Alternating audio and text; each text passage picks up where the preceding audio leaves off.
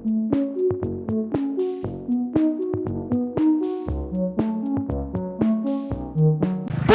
রাজ্য ছাত্র পরিষদের উদ্যোগে আজ একটি অবস্থান বিক্ষোভের কর্মসূচি নেওয়া হয় কলেজ স্ট্রিটে, কলেজ স্কোয়ারে, এবং এখানে উপস্থিত হয়েছেন কংগ্রেস নেতা সুমন রায়চৌধুরী। সুমনদার সাথে একটু কথা বলবো।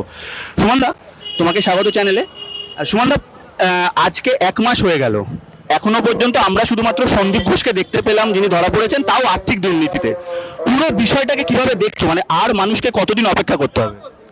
আমি জানি না মানুষকে আর কতদিন অপেক্ষা করতে হবে, তবে সন্দীপ ঘোষের গ্রেপ্তারির সঙ্গে সঙ্গে যে আরজিকর সংক্রান্ত যে সিন্ডিকেট ভেসে উঠছে, বহু নাম, সেই বিরূপাক্ষ বিশ্বাস থেকে ডক্টর অভিক কি সামথিং, আমি পুরো নামটা জানি না, এবং অনেকগুলো জুনিয়র ডক্টরদের নাম ভেসে উঠছে, যাদের ঘিরে সন্দীপ ঘোষ দুর্নীতি চালাতেন আরজিকর জুড়ে। সেটাও একটা খুব বড় ক্রাইম, সেটা বাংলার মানুষ দেখছেন। এক আর দ্বিতীয় কথা হলো, আমরা তখনই মমতা বন্দ্যোপাধ্যায় প্রশাসন যাদের লুকিয়ে রেখেছে, সেই সব অপরাধীদের আমরা খুঁজে পাবো যখন সিবিআই আমাদের সঙ্গে সহযোগিতা করবে। সিবিআই সর্বক্ষেত্রে, সেটা সারদা হোক, নারদা হোক, আর যে ঘটনাই ঘটুক পশ্চিমবঙ্গে, সিবিআই সর্বক্ষেত্রে যদি বলে যে তথ্য প্রমাণ লোপাট হয়ে গেছে, তাই আমরা তদন্ত নিয়ে এগোতে পারছি না, এটার পিছনে তো আমি অন্য গন্ধ খুঁজে পাচ্ছি। দিল্লি থেকে দিদিকে বাঁচানোর জন্য দাদা তদন্তটাকে স্লো করে দিচ্ছে। দেখা যাক, সুপ্রিম কোর্টের তো একটা অবজারভেশন পাওয়ার কথা, আমাদের কি বেরোয়। তবে আমি সিবিআই এর অফিসারদের তোমার এই চ্যানেলের মাধ্যমে আবেদন জানাচ্ছি যে মেয়েটি ধর্ষিতা হয়ে খুন হয়েছেন, তাকে একবার নিজের বাড়ির মানুষ ভেবে, নিজের বাড়ির মেয়ে ভেবে আপনারা তদন্তটাকে ত্বরান্বিত করুন, অপরাধীদের খুঁজে বার করে এমন ব্যবস্থা করুন যাতে তাদের ক্যাপিটাল পানিশমেন্ট দেওয়া যায়। সুমনদা, আমরা একটা কথা প্রথমে শুনছিলাম যে হয়তো সাধারণ মানুষ নামছেন হুজুক, একদিন সেমে যাবে, কিন্তু যত সময় গড়াচ্ছে মিছিল তত বড় হচ্ছে। এই বিষয়টাকে কিভাবে দেখছো?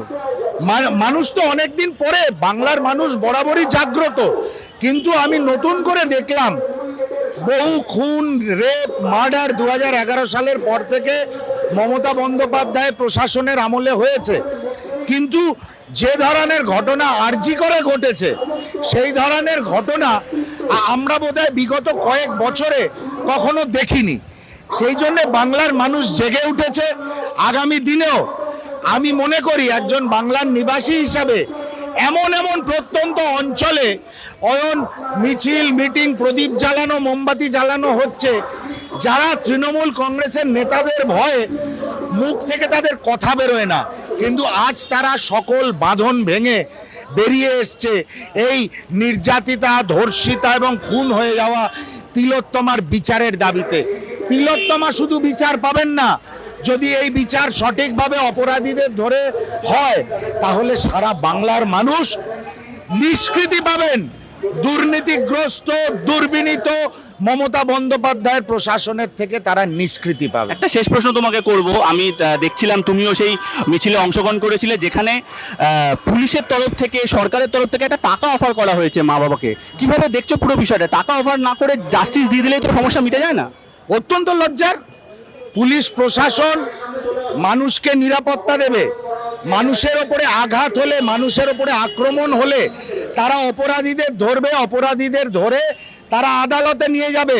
পুলিশের কাজ নয় মমতা বন্দ্যোপাধ্যায়ের হয়ে ঘুষ নিয়ে যাওয়া, নির্যাতিতার বাড়িতে, আক্রান্তার বাড়িতে ঘুষ নিয়ে যাওয়াটা পুলিশের কাজ নয়। যেমনি নির্লজ্জ প্রশাসক, তেমনি নির্লজ্জ পুলিশ প্রশাসন বাংলার।